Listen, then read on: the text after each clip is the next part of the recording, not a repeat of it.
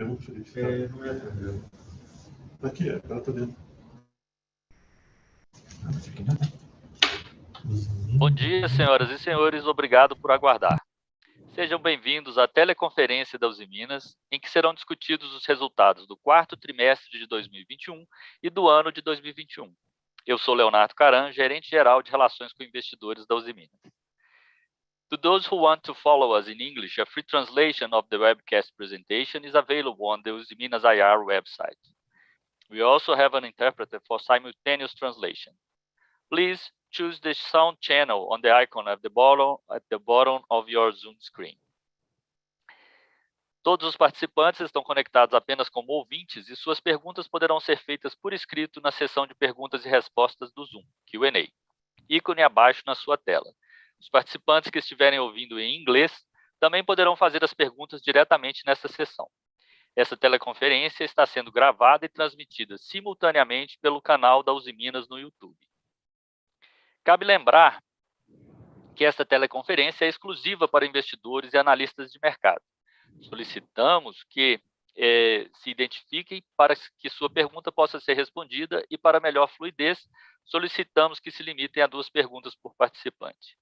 Solicitamos também que eventuais perguntas por parte dos jornalistas sejam encaminhadas a relações com a mídia da Usiminas pelo telefone 31 3499 8918 ou pelo e-mail imprensa@usiminas.com.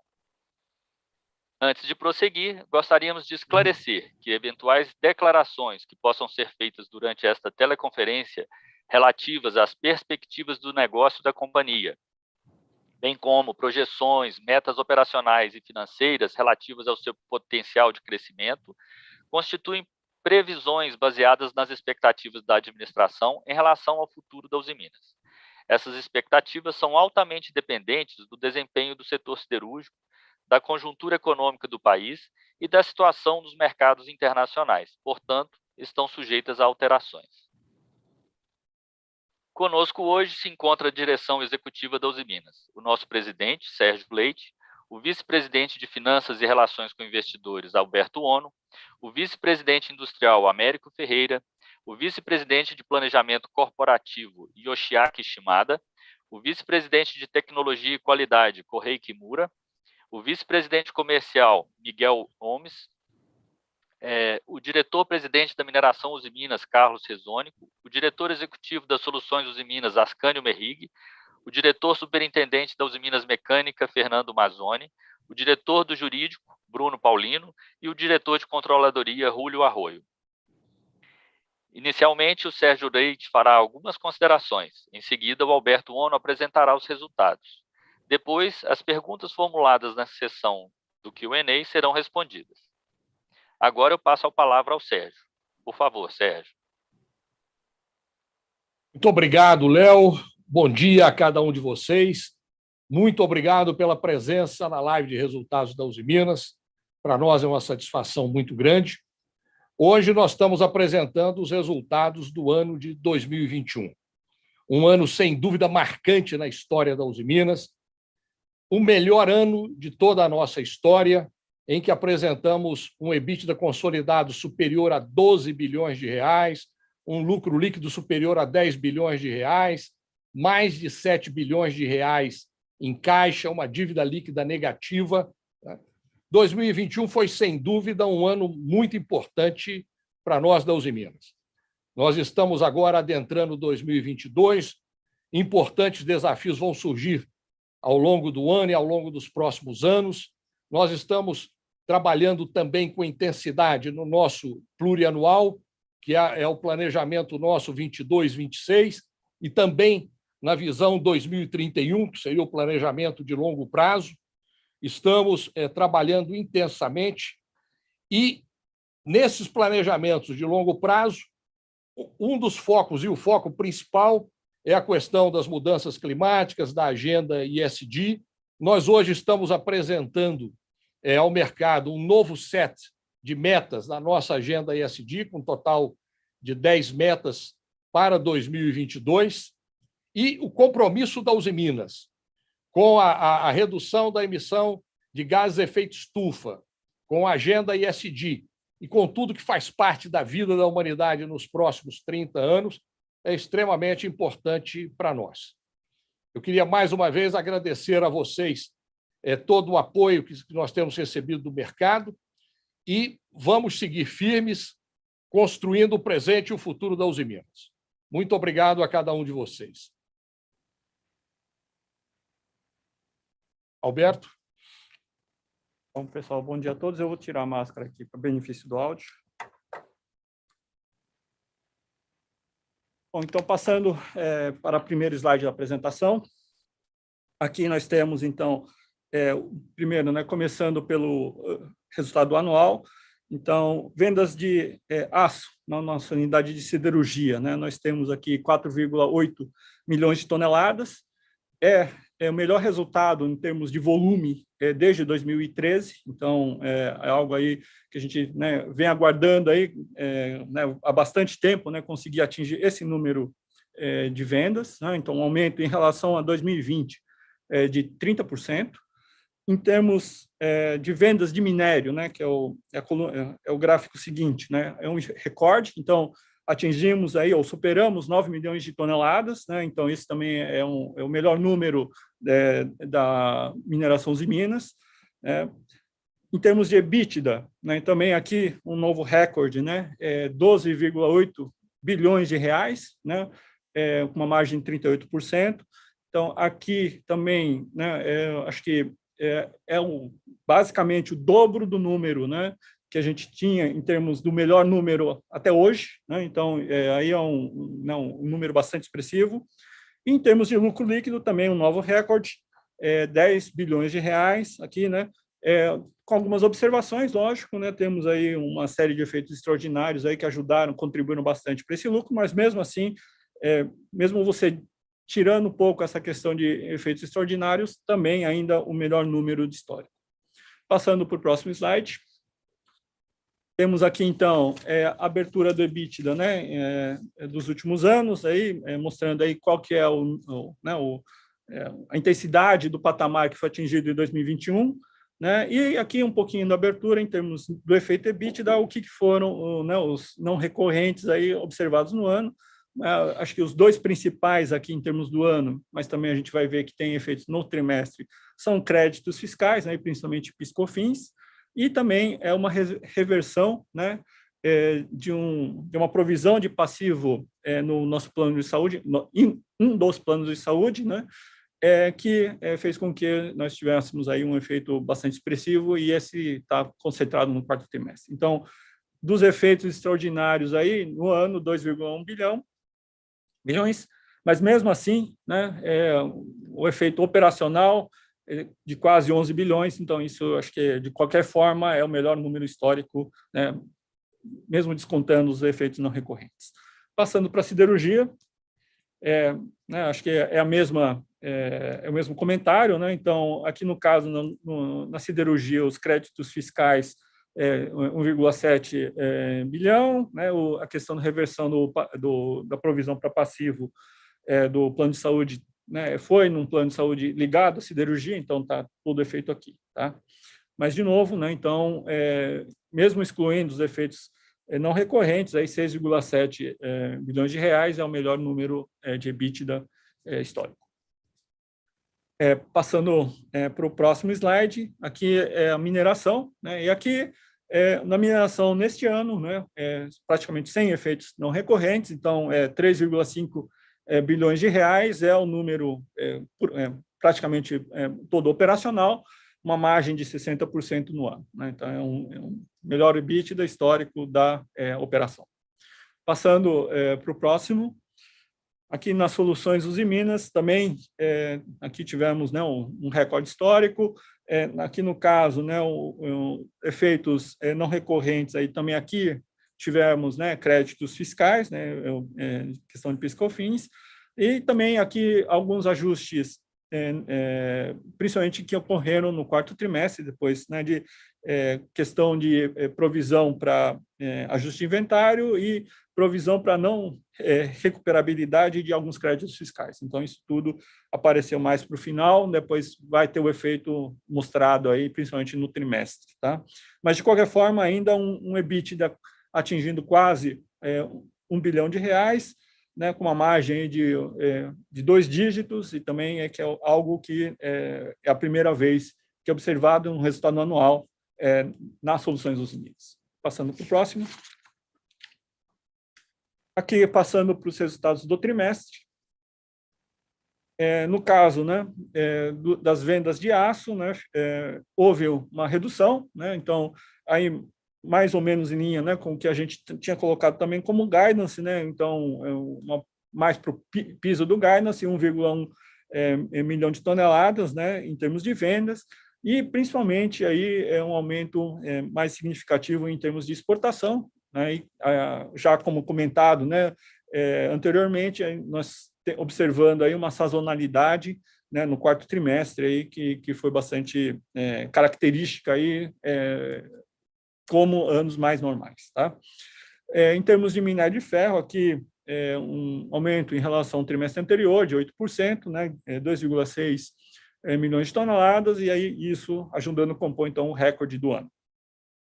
Em termos de EBITDA ajustado, né, praticamente 2,5 bilhões de reais, margem de 31%. Em termos de lucro líquido, né, então também praticamente 2,5 bilhões de reais.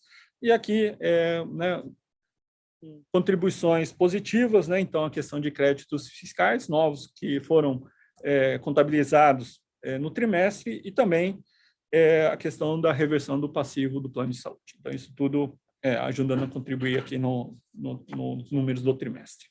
Passando para o próximo slide, né, acho que aqui é uma abertura, né, em termos de como foi essa composição dos efeitos, principalmente não recorrentes no EBITDA. Então, observar aqui que então, são 600 e quase 20 milhões de reais, são efeitos não recorrentes. Passando para o próximo, na siderurgia, né, praticamente, né, a maior parte desses efeitos foram na siderurgia, então 666 milhões de reais aqui não recorrentes para um EBITDA de 2 bilhões de reais. Para o próximo. Aqui, no caso, mineração e minas, pode-se observar aí uma redução, aí, uma contínua redução desde o segundo trimestre deste ano, né, em relação, deste ano de 2021, em relação ao resultado. Aí aqui, basicamente, muito forte a componente aí da variação de preço, né, do mercado. Né, o Platts, no trimestre, em relação ao trimestre anterior, ele caiu quase 33%. E também tivemos aí, já colocado, né, já no nosso press release comentado, aí também alguma questão em relação a descontos relacionados a qualidades, né, que nesse trimestre foi um pouco mais expressivo. Então, isso tudo faz com que o EBITDA da mineração nesse trimestre fosse aí menor em relação aos trimestres anteriores. Passando para o próximo, aqui nas soluções dos Minas, então, o EBITDA operacional 46, mas aí depois afetado aí por não recorrentes, né, uma questão de provisão de inventário e também dessa questão da não recuperabilidade de créditos fiscais. Então, aí fazendo com que no trimestre, né, o EBITDA observado fosse ligeiramente negativo, né, R$1 milhão negativo. Okay? Passando para o próximo. Falando agora no capital de giro. Aqui no capital de giro temos uma redução, né, nesse trimestre de 4% em relação ao terceiro tri. Então, já, né, aqui uma oscilação maior na questão dos impostos a recuperar, né? Então, aqui já passando, né, que os impostos a recuperar, que já estavam no ativo de curto prazo, no circulante, né? Já durante o trimestre foi mantido aí um regime aí de mais ou menos 100 milhões de reais, né, em termos de compensação de impostos, e isso ajudou, então, a reduzir essa parcela que estava no capital de giro. Em relação aos outros pontos, né, a gente observa também uma queda, né, de 6,7 para 6,6, aí, arredondando os números, em termos do capital de giro, né, descontando essa questão do créditos, né, de impostos. E aí temos aí, vamos ver no próximo slide, né, aqui é uma queda, né, uma redução em termos de estoques de aço, né, uma redução de 8% em termos de volumes, né, em tonelagem, mas um giro aí mantendo estável, né, em termos de 70 dias, 69 no anterior, então praticamente estável em termos de giros, né.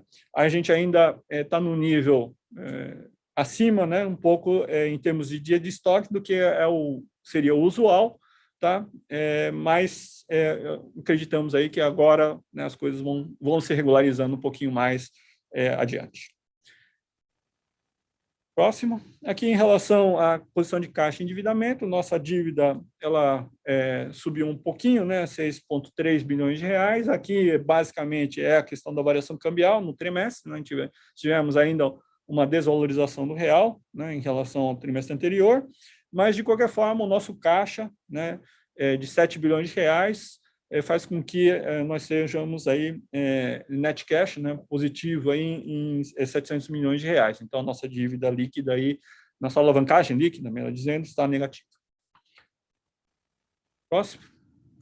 Aqui em relação ao CAPEX, atingimos aí um valor de 1,5 bilhão de reais, né? Então, dentro do nosso guidance para o ano, né? Aí tivemos uma aceleração, principalmente nos projetos da siderurgia, mas também a questão, né, da finalização do dry stack, né, do nosso projeto de empilhamento a seco na mineração também teve sua contribuição aí no CAPEX do trimestre. Então, essas duas contribuições fizeram com que a gente, né, fizéssemos aí o guidance. Em termos para o próximo, acho que esse comentário, né, que eu acabei de fazer, né, então no último trimestre aí, né, um complemento de CAPEX aí que é basicamente o dobro dos trimestres anteriores, então um nível de 600 milhões, tanto na siderurgia quanto na mineração, aí uma aceleração. Para o próximo. Aqui, né, é o que o Sérgio já comentou, né, em relação ao nosso set de metas para 2021, né, como é que ficou, né, a apuração final. Temos uma meta aqui, que é a questão da primeira meta aqui, que ela está sendo revista, né, e uma questão, né, que embora seja um atingimento que a gente estava programado para 2022, no andar aqui de 2021, observamos aí que era necessário fazer um ajuste, então tem uma meta que está sendo revista, e a única meta que não foi cumprida, né, foi a questão da taxa de frequência de acidentes. Essa, infelizmente, nós não conseguimos atingir. Nas outras metas aqui, teve um pequeno, né, um atraso em relação à entrada do projeto de empilhamento a seco, mas ele foi, né, concluído ainda durante o ano. Então, a gente considera como cumprida com algum atraso. Tá? E no próximo, aqui é o novo set, né, de metas para 2022. Tá? Algumas, né, a gente repete, né, o que fizemos em 21, né, por exemplo, a questão da taxa de frequência de acidentes, né, e outras são novas metas, mas já associadas também a conceitos que já estavam, né, em 2021, né, a questão toda da observação, né, de gases de efeito estufa, então inventários, ampliação de inventários de gases de efeito estufa, etc. Isso, né, prossegue como metas para 2022, ok?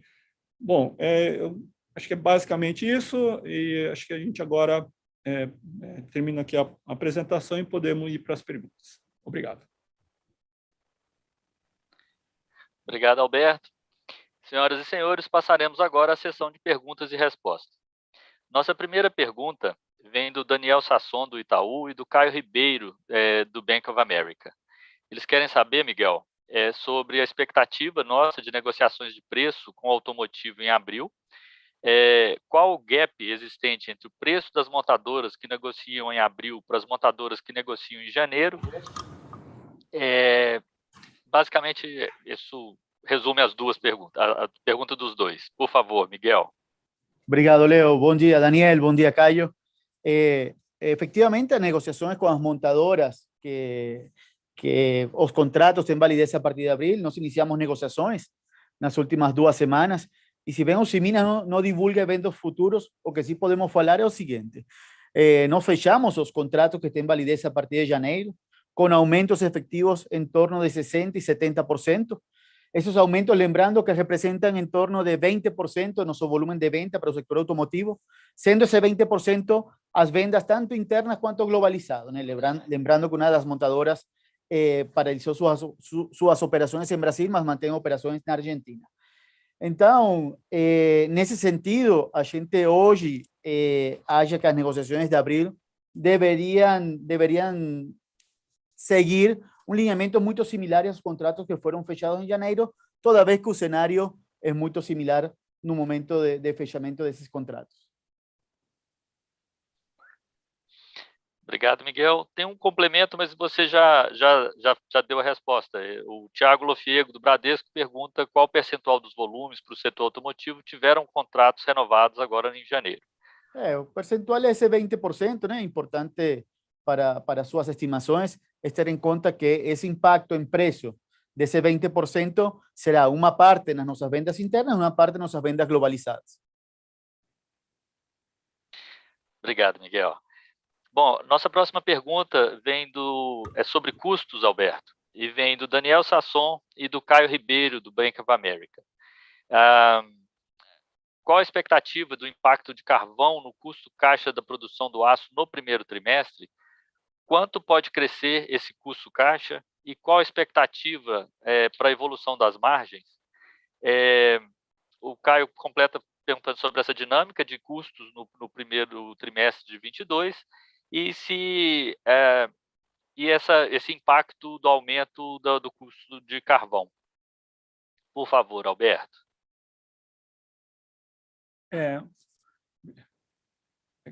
Obrigado, Daniel. Obrigado, Caio, pela pergunta. A questão, né, do carvão, né, ele vem aumentando aí, a gente vem observando desde aí do terceiro para o quarto trimestre, uma aceleração em termos de preços, né? Isso ainda vai girar pelos nossos estoques, né? A gente tem uma estimativa aí em termos de 4 meses, né, de estoque, geralmente de carvão, né, na nossa operação. Então, desde o momento onde houve esse aumento, né, de preços, ainda eu diria que ele vai entrar gradativamente agora com mais intensidade aí, esse efeito no primeiro trimestre, né? Mas tem que lembrar um pouco, né, que hoje, dentro da operação da Usiminas, né, só uma parte da produção de aço, né, ou de produto final, né, de aço laminado, vai ter esse efeito um pouco mais intenso do carvão, porque a outra parte, né, que é correspondente a placas compradas, está com outra dinâmica, né? Então, assim, é difícil falar na composição geral, né, em termos de como vai ser o comportamento, tá? Mas eu diria que ainda durante o primeiro trimestre, expectativa é que ainda não seja um efeito tão forte, tá? Agora, a partir do segundo trimestre, devemos observar alguma coisa mais intensa, né? Lembrando que, principalmente agora, né, entrando em janeiro, embora, né, o carvão aí esteja com uma tendência ainda de preços elevados, né, a gente está vendo aí, por outro lado, uma valorização do real, né? Então, isso também vai afetar um pouco essa dinâmica, tá? Então, no geral, eu ainda diria que para o primeiro trimestre, ainda a gente não deve observar ainda efeitos muito intensos, tá? Mas aí a tendência para o segundo em diante, sim, tá? Eu acho que é o que dá para falar. Obrigado, Alberto. Nossa próxima pergunta é sobre essa sazonalidade e volumes no primeiro trimestre, no quarto trimestre. Ela vem do Thiago Lofiego, do Bradesco, e do Milton Sullivan, da XP. Eles pedem para comentar a performance no mercado doméstico no quarto trimestre, pois a Usiminas caiu mais do que os concorrentes, houve perda de share, de fato. O Milton cita aqui dados do IABR que TRI contra TRI caíram 18% e a Usiminas caiu 27% no mercado doméstico. Então, eles pedem para perguntar sobre essa performance e se houve realmente perda de share para a Usiminas no trimestre e se há expectativa de recuperá-la nos seguintes. nos trimestres seguintes. Miguel, por favor. Bom dia, Milton e Thiago. Efectivamente, o quarto trimestre apresentou uma sazonalidade sim típica desse período, né? O que aconteceu quando você analisa os nossos números, nós tivemos um impacto de queda de vendas muito forte no sector da distribuição, compensado parcialmente com uma melhor performance do sector da indústria, né? O sector automotivo, como você conhece, também tiveram um trimestre muito complexo, principalmente pela falta de semicondutores, o qual afetou a produção e, porém, o consumo de aço no sector automotivo.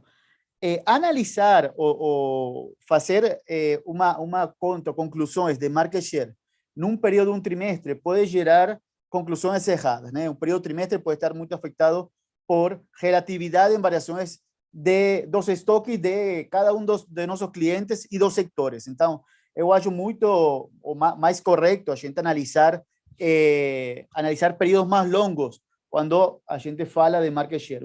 Num período de um ano, e analisando o ano 2021, o performance da Usiminas tive além do crescimento do consumo de mercado, segundo estadísticas apresentadas por IABR, né? Efectivamente, uma maior queda, como já falei, aconteceu no sector da distribuição.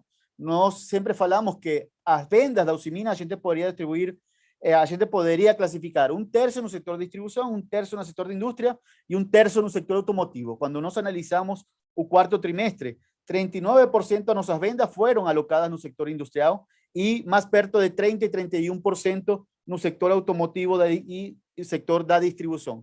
No sector da distribuição também, obviamente, o impacto pela maior briga na ponta pelo aumento das importações.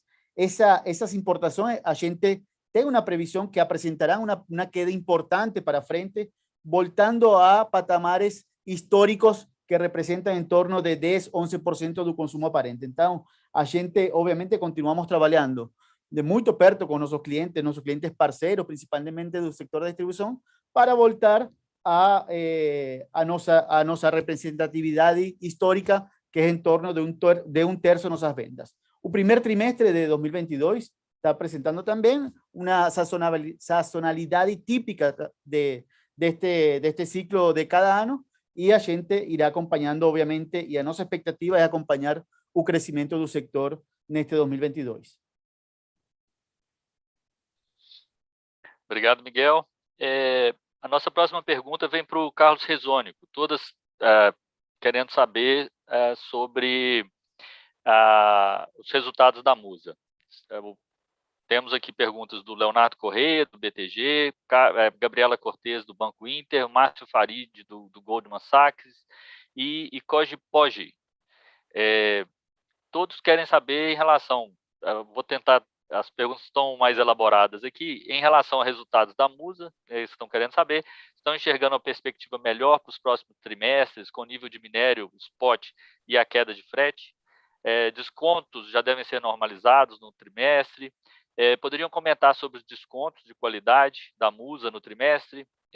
Pareceu maior do que o esperado e ele queria entender o que esperar para os próximos trimestres, considerando o período de chuvas e maiores dificuldades de processamento. Perguntam também sobre a realização de preços da mineração e essas expectativas de desconto no primeiro trimestre. E como esperar esse comportamento de preços e descontos ao longo do ano. Por favor, Carlos.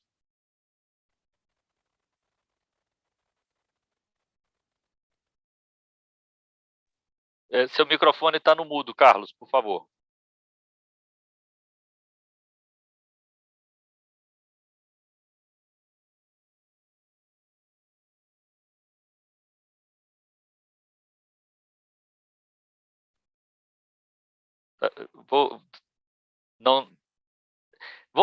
Carlos, eu vou passar a pergunta para a próxima e volto para você, tá bom? Aí a gente resolve o problema técnico, tá bom?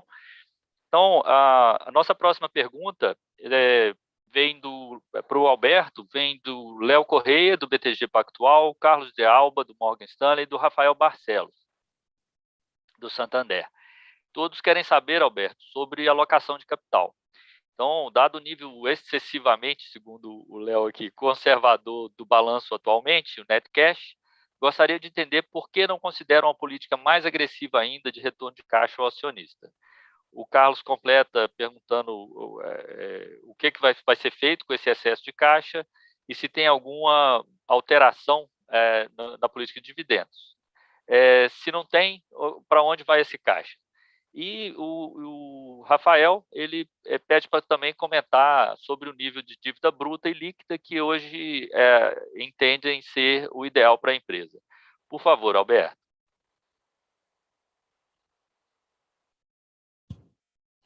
Bom, Léo, Carlos, Rafael, eu agradeço as perguntas, né?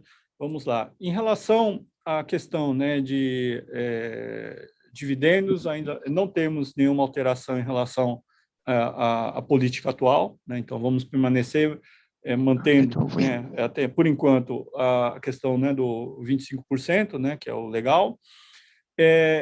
E o motivo principal, né, para a gente manter essa gestão, né, um pouco mais, vamos dizer assim, conservadora em termos, né, de caixa da empresa, é principalmente porque temos ainda, né, uma questão, né, de CAPEX, né, e capital de giro à frente, né?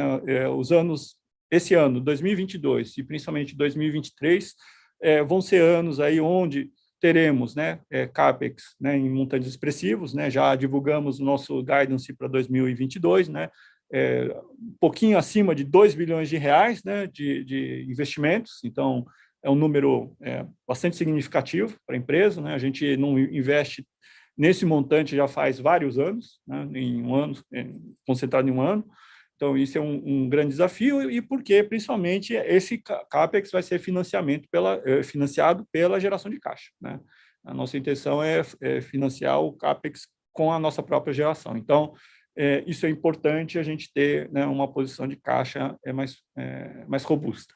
Além disso, como o principal projeto, que é a reforma do Alto Forno 3, né, ele já está numa contagem regressiva, né? Já daqui a pouco vai ser menos de um ano para início dessa reforma, né? A reforma está prevista aí para início do segundo trimestre de 2023. Então já falta aí falta um pouquinho mais ainda de um ano, mas daqui a pouco já vamos estar numa contagem regressiva.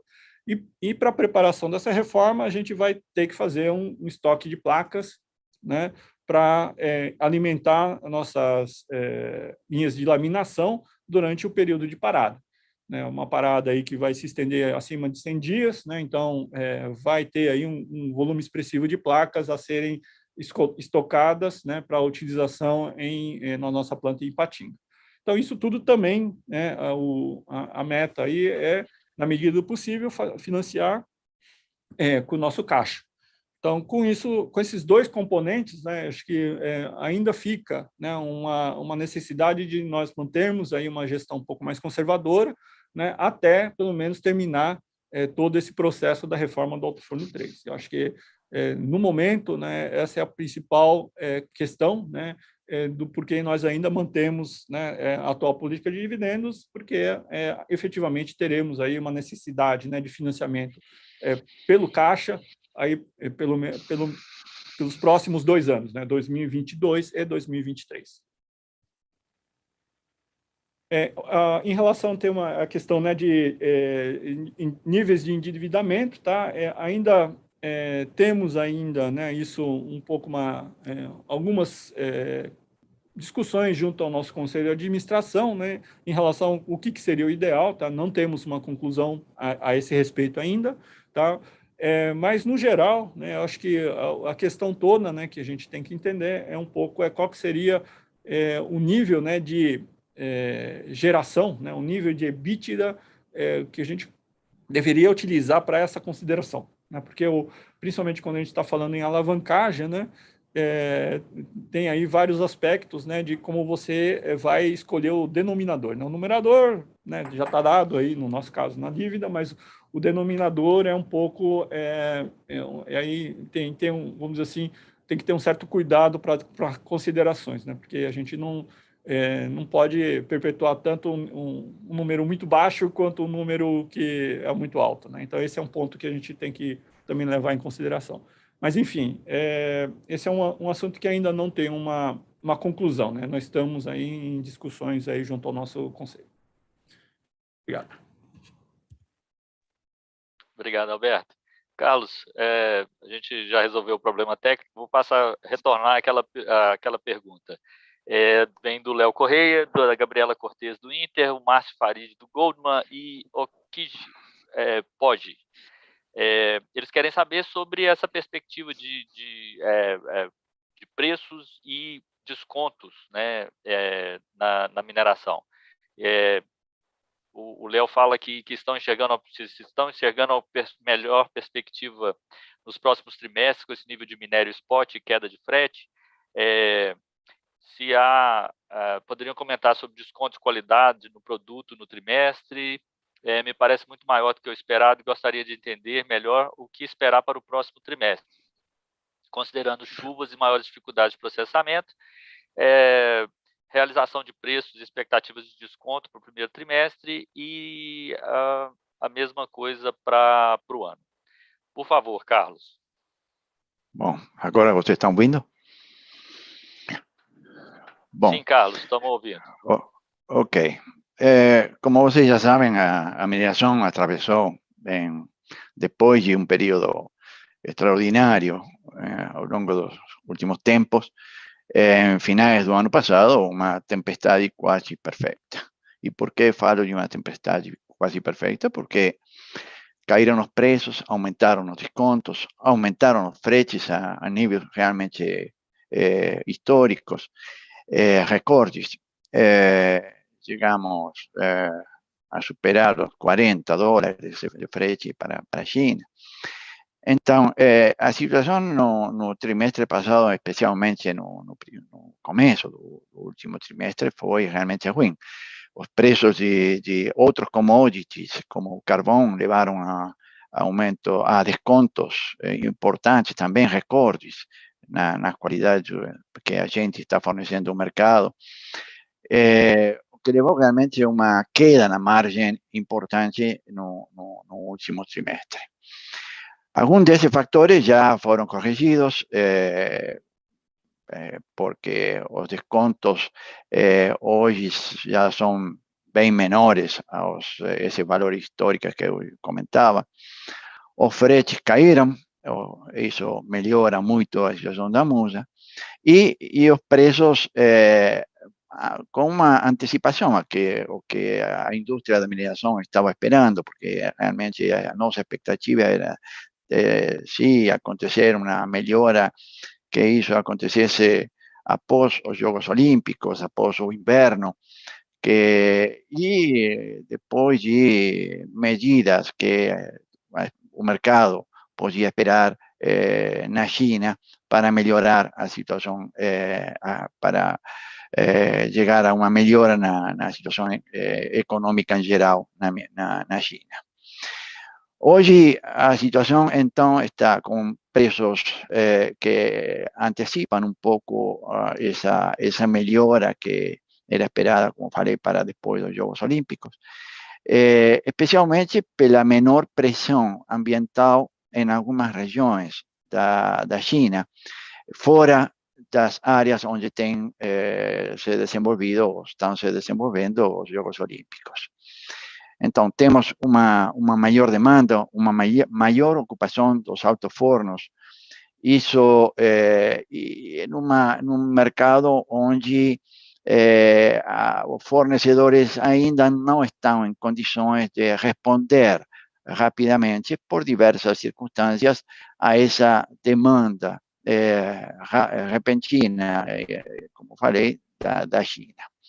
Isso, então, levou os preços a um patamar de 150, como estamos hoje, e gerou também uma redução forte nos descontos das qualidades, ajudado também pela queda dos preços de outros commodities, como o carvão. Então,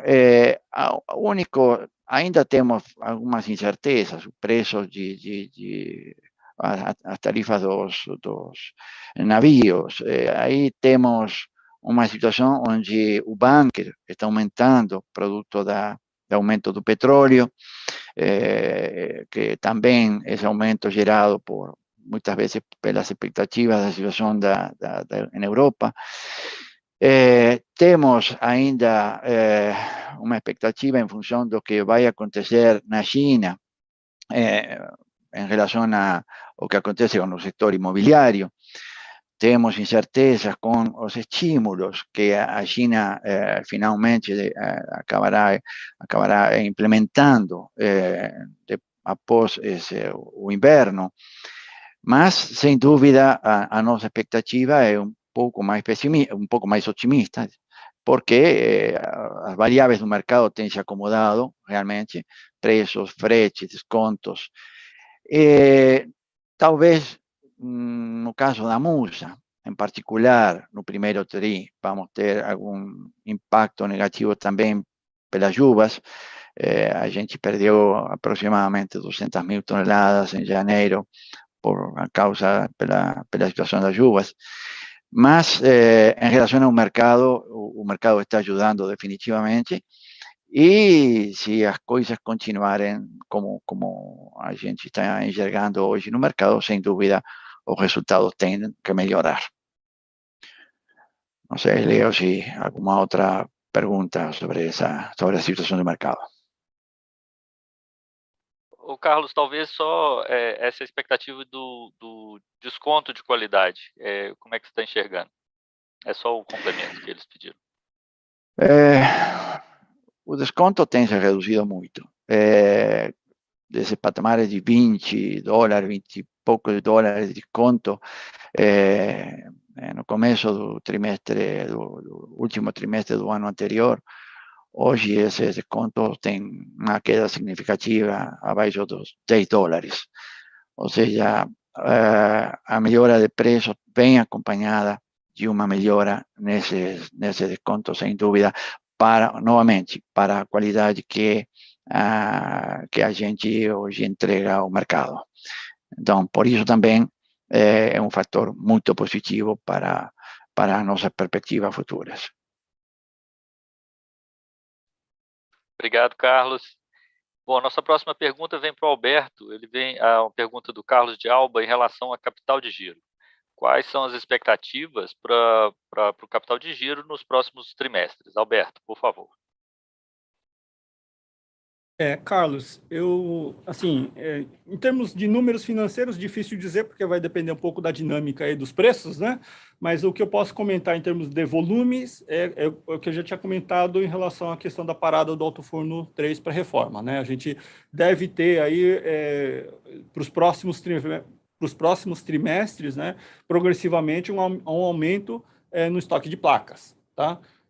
Para preparativo para a parada, né? A gente, geralmente, esse estoque aí, ele começa a ser composto entre 6 e 12 meses antes da parada, né? Então, se você olhar 12 meses, é agora a partir de abril. Então, a gente, né, teoricamente, aí, a partir do segundo trimestre, aí a gente pode começar a observar aí um aumento de estoques para placas, né? Mas, lógico, o pico é no momento da parada, né? No dia anterior à parada é onde, teoricamente, você tem o maior volume de estoque de placa, porque aí depois, a partir disso, é só o consumo. Tá? Então, eu diria que em termos de volumes, né, a tendência agora, daqui para frente, vai ser uma progressão para cima. Né? Agora, em termos financeiros, vai depender de como evoluir aí preços e custos no mercado. Né? Acho que esse não dá para dizer com muita certeza. Ok? Obrigado. Obrigado, Alberto. Outra pergunta do Carlos de Alba, do Morgan Stanley, sobre os créditos fiscais. Quando eles terminam de passar pelo resultado da Usiminas? PIS/COFINS, ele especifica, Alberto. Bom, Carlos, em relação a créditos fiscais, acho que 2 esclarecimentos. Né? Neste momento, né, em relação a PIS/COFINS, a gente não tem nenhuma outra expectativa, né, por enquanto, de surgimento de novos créditos, ok? O que vai acontecer agora, daqui para frente, é a utilização desses créditos, né? A parte que está no ativo circulante, né, no curto prazo, que a gente mostrou aqui, terminou no trimestre em torno de 1,1 bilhão de reais, essa aí a gente tem uma expectativa de ser conseguido compensar nos próximos 12 meses. Tá? Então, é mais ou menos essa a expectativa. Agora, tem outros créditos, né, que já foram vamos dizer assim, reconhecidos, mas que eles estão na outra parte do ativo, né, no ativo de longo prazo. Esse aí vai demorar um pouco mais, tá? Porque aí tem especificidades em que tipo de impostos ou em que tipo de pagamentos que você vai utilizar isso para o governo. Então, esse aí tem um ritmo um pouco diferente. Agora, o que está no balanço, né, no ativo circulante de curto prazo, tendência é 12 meses ser compensado. Ok? Obrigado, Alberto.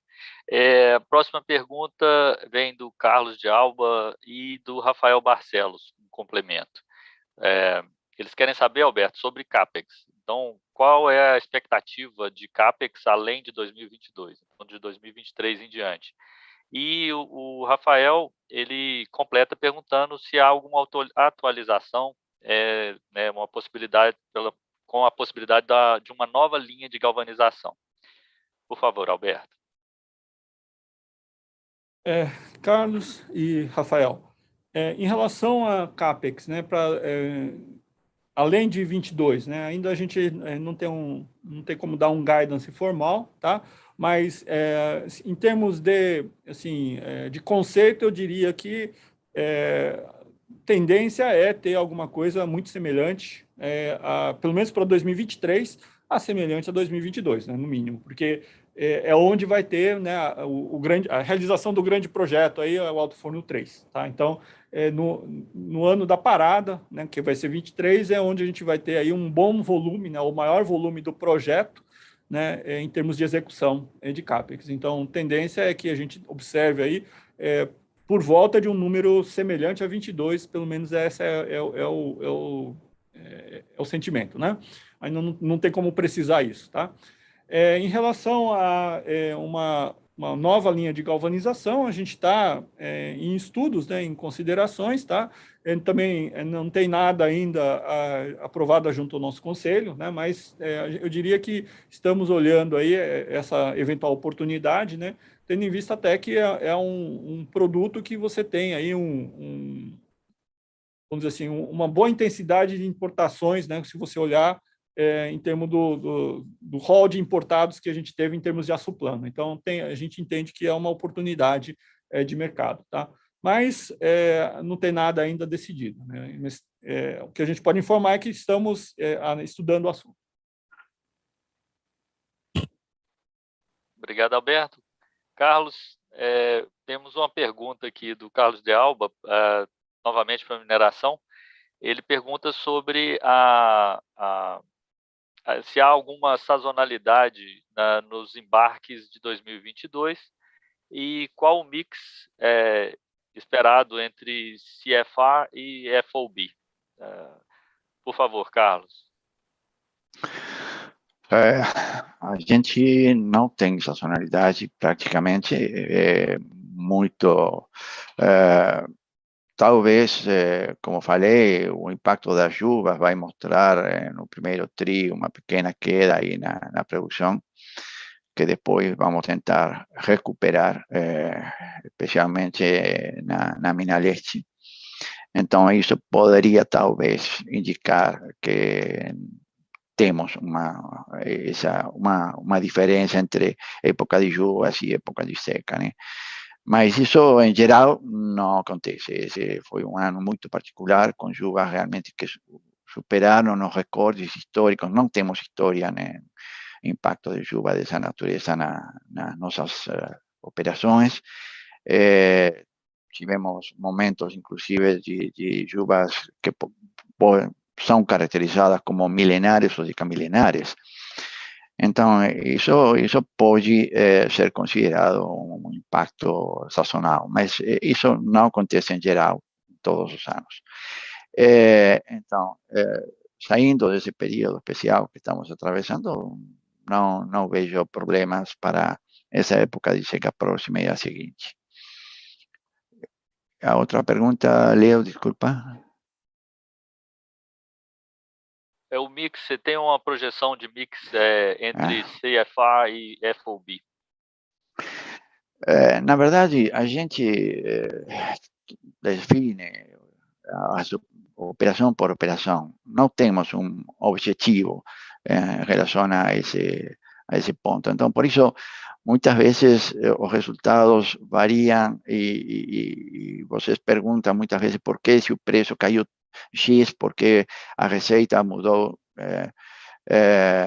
de outra forma. Bom, aqui, isso é o resultado das vendas que temos e, não, como falei, não temos um objetivo. Então, eu não poderia dizer aqui que vamos tentar ficar em 50% ou 60% CFR ou FOB. Isso, novamente, o que resulta das nossas operações, escolhemos a melhor alternativa para cada uma dessas operações. Obrigado, Carlos. A nossa próxima pergunta vem para o Miguel. Miguel, sobre preço, Rafael Barcelos, Santander, e uma pessoa física, José Guerra.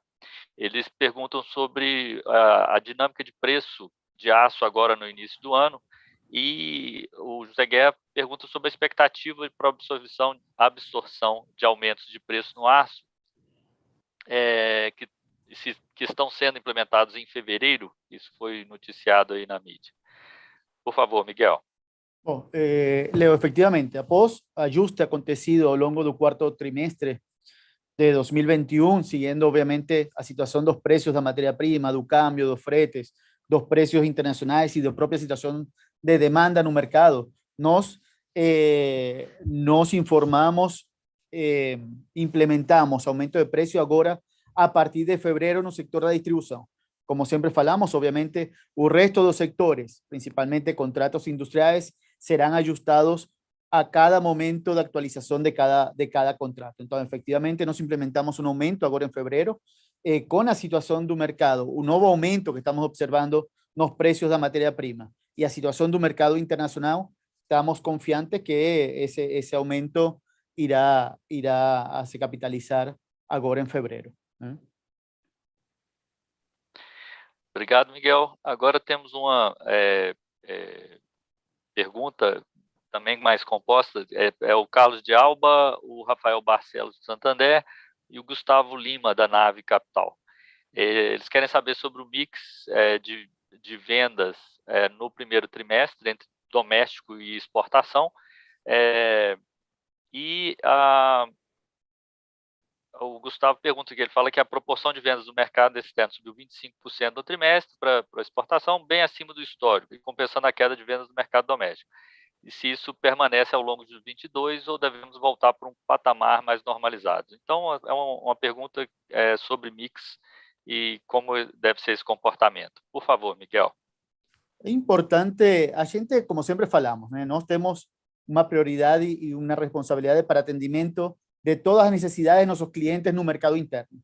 Lógicamente, en periodos o ciclos con una sazonalidad típica, como acontece no primer trimestre de cada año y el cuarto trimestre de cada año, sería lógico pensar que efectivamente el primer trimestre presenta un mix similar ao que ya aconteció no cuarto trimestre de 2021. Lógicamente, nos ya anunciamos o guidance de venda entre 1.1 y 1.2 millones de toneladas total para o primeiro trimestre de 2022, e se a gente poderia falar ou esperar um mix similar entre vendas internas e exportação ao que aconteceu no quarto trimestre de 2021. Obrigado, Miguel. Agora outro para você, Miguel. O Thiago Lofiego, do Bradesco, pergunta qual a expectativa de crescimento de volumes para 2022. Por favor, Miguel. Olha, em relação ao mercado 2022, nós temos uma previsão, segundo o último relatório Focus, um crescimento do PIB brasileiro em torno de 0,3%. Obviamente, tem setores que têm previsto uma performance superior a esse crescimento do PIB. Por exemplo, Anfavia está prevendo aumento de produção em torno de 9%, de vehículos no Brasil. O sector de Asociación de Fabricantes de Implementos Rodoviarios también prevé un aumento superior. Tenemos segmentos con un performance muy positivo, una dinámica muy positiva relacionado al sector de agronegocio, maquinaria y equipamiento, proyectos de energía renovable, eólica, solar. También los precios altos de petróleo a nivel internacional podrían traer nuevas oportunidades de proyectos que potencialmente pueden ser ejecutadas no segundo semestre de 2022. Então, A perspectiva es positiva. El último número publicado pela ASOBrasil fala de un crecimiento entre 1,5 en términos de consumo y 2,5 en términos de venda. Y lógicamente esperamos también, como ya falei anteriormente, una reducción da participación das importações no consumo aparente de aço no Brasil. Obrigado, Miguel. A nossa próxima pergunta vem para o Alberto. É o Carlos de Alba, do Morgan Stanley. Ele pergunta sobre SG&A, Alberto. Qual é o novo nível de SG&A para a empresa? Por favor, Alberto. Carlos, acho que a gente tem que separar um pouco aqui. Acho que tem talvez um motivo da pergunta aqui é que vocês querendo entender um pouquinho o que aconteceu no quarto TRI em relação a esse ponto.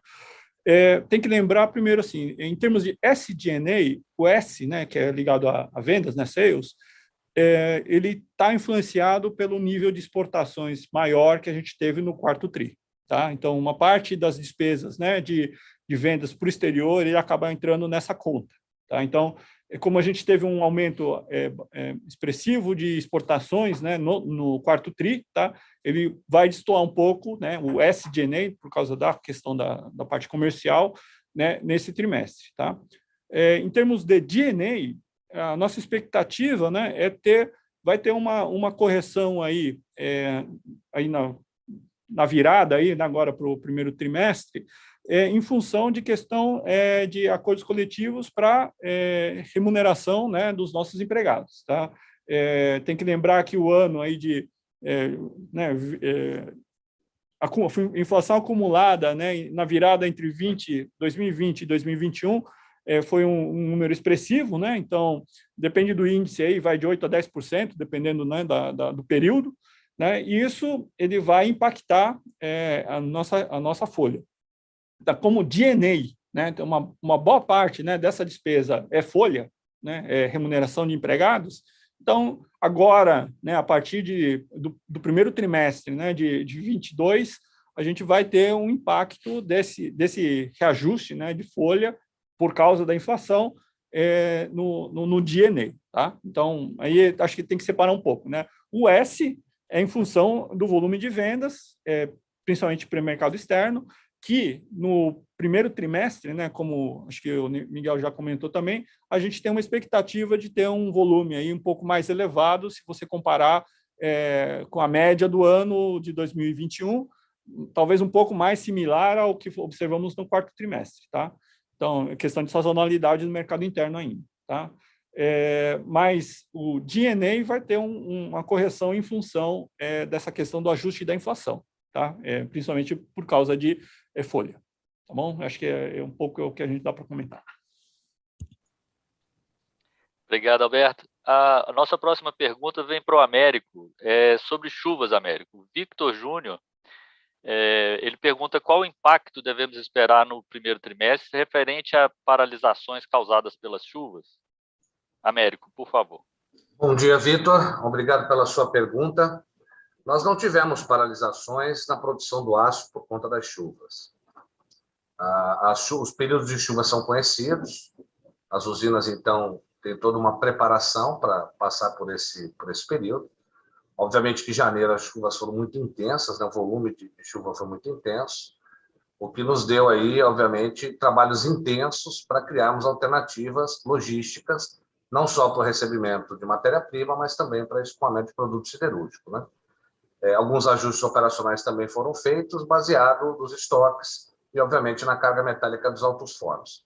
Um comitê de crise de chuvas foi criado imediatamente durante as chuvas, né? A condição mais crítica gerada no período, e nós conseguimos aí absorver com muitas alternativas, mas absorvemos aí, não deixando que as plantas sofressem impacto das chuvas com paralisações.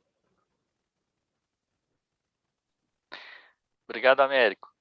A nossa próxima pergunta vem para o Miguel, de uma pessoa física, Bruno de Toledo. Ele quer saber sobre contratos, Miguel. E pela natureza da pergunta, provavelmente deve ser para a indústria.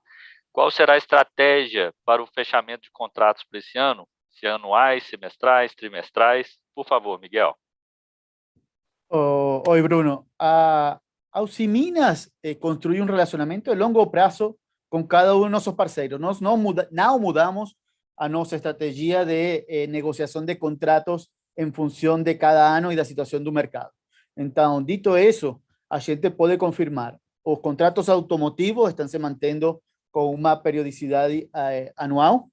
Os contratos do resto dos sectores industriais, na sua grande maioria, são contratos trimestrais e o setor da distribuição sigue uma negociação mensal, como é conhecida por todos vocês. Obrigado, Miguel. A próxima pergunta é para o Alberto, tem a ver com o liability management, Alberto.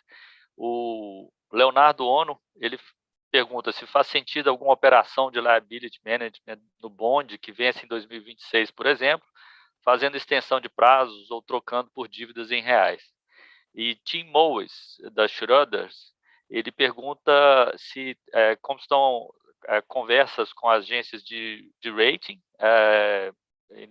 na luz de um crédito, né, de uma estrutura de crédito tão forte, e se estão pensando em fazer alguma coisa em relação ao mercado de bonde, como é que a gente está vendo esse mercado de bonde num ano de eleições.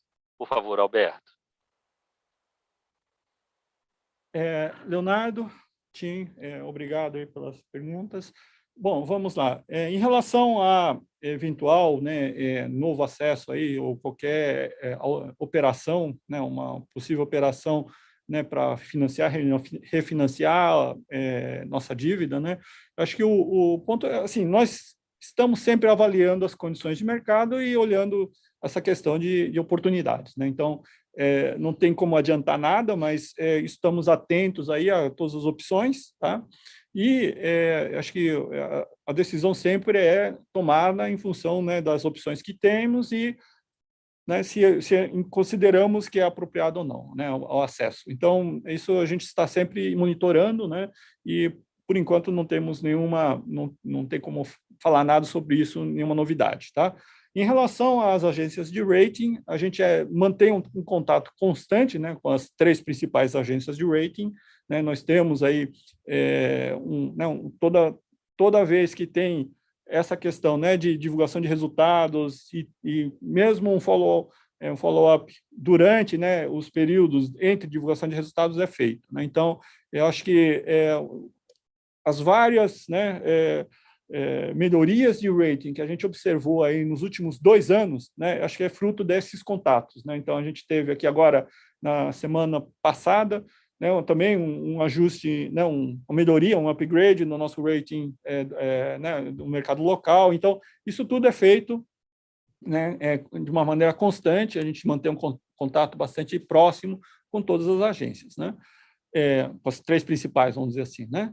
E em relação a eventual, vamos dizer assim, acesso ao mercado antes ou depois de eleições, aí depende um pouco da situação do mercado também, né? De novo, a gente monitora a questão, né? Entendemos que sempre tem a questão de janelas de oportunidade em função não só da questão, vamos dizer assim, do mercado doméstico, mas também lá fora, né? Exemplo típico agora é a questão de uma discussão grande em função do aumento, possível uma aceleração do aumento da taxa de juros americana, por exemplo, isso influencia um pouco essa questão de acesso ao mercado ou não, e assim vai, né? Então, acho que o que eu posso responder é que nós estamos atentos, nós estamos monitorando continuamente a situação e, eventualmente, vamos tomar alguma decisão, né, no momento que considerarmos apropriado, né, fazer uma eventual operação de algum tipo, tá? É isso que a gente pode afirmar, tá? Mas é constante essas discussões e essa observação do mercado. Obrigado. Obrigado, Alberto. Nossa próxima pergunta vem para o Miguel. Miguel, a pergunta sobre paridade. O Guilherme Rosito, do Bank of America, ele pergunta onde vocês estão vendo o prêmio de paridade de importação atualmente e qual frete usam para a conta. Por favor, Miguel. Guilherme, as variáveis que fazem parte da conta de paridade têm sofrido muita volatilidade nas últimas semanas, né? Quando a gente implementou o aumento de fevereiro, a paridade iria ir até em torno de 5%. mas o mercado internacional, houve um aumento importante dos preços internacionais nos últimos dias, e hoje, com esse preço atual no mercado internacional, hoje a paridade estaria em torno de 0. Obrigado, Miguel. Uma próxima para você, a próxima e a última, devido ao tempo aqui, a gente ainda tem algumas perguntas que a gente vai estar à disposição depois para atendê-los. O Guilherme Rosito, do Bank of America, ele pergunta como estão os estoques de aço na cadeia. Por favor, Miguel. Oi, Guilherme, nas cadeias dos diferentes sectores industriais, os estoques de aço foram normalizados no final do terceiro trimestre. O que aconteceu no quarto trimestre foi uma distorção dos estoques no sector da distribuição pela alta chegada, o alto arribo das importações hacia o final do ano passado. Mas nossa expectativa é que essas importações irão diminuir agora nas próximas semanas e meses e voltará à normalidade também os estoques de aço na cadeia de distribuição. Então, poderíamos dizer que nossa expectativa hoje é de uma normalização total em todas as cadeias de consumo de aço. Obrigado, Miguel. Terminamos aqui a sessão de perguntas e respostas, então. Eu passo a palavra para o Sérgio para suas considerações finais. Por favor, Sérgio. Obrigado, Léo. Acima de tudo, gostaria de agradecer a presença de cada um de vocês na nossa live de resultados e desejar a todos um ano de 2021 de plenas realizações, de bons negócios, e nos encontramos novamente aqui em abril, na apresentação dos resultados do primeiro trimestre. Muito obrigado a cada um de vocês, um grande abraço aí. Agradecemos a participação de todos e, em caso de dúvidas, lembramos que a equipe de RI está à disposição para atendê-los. Boa tarde a todos.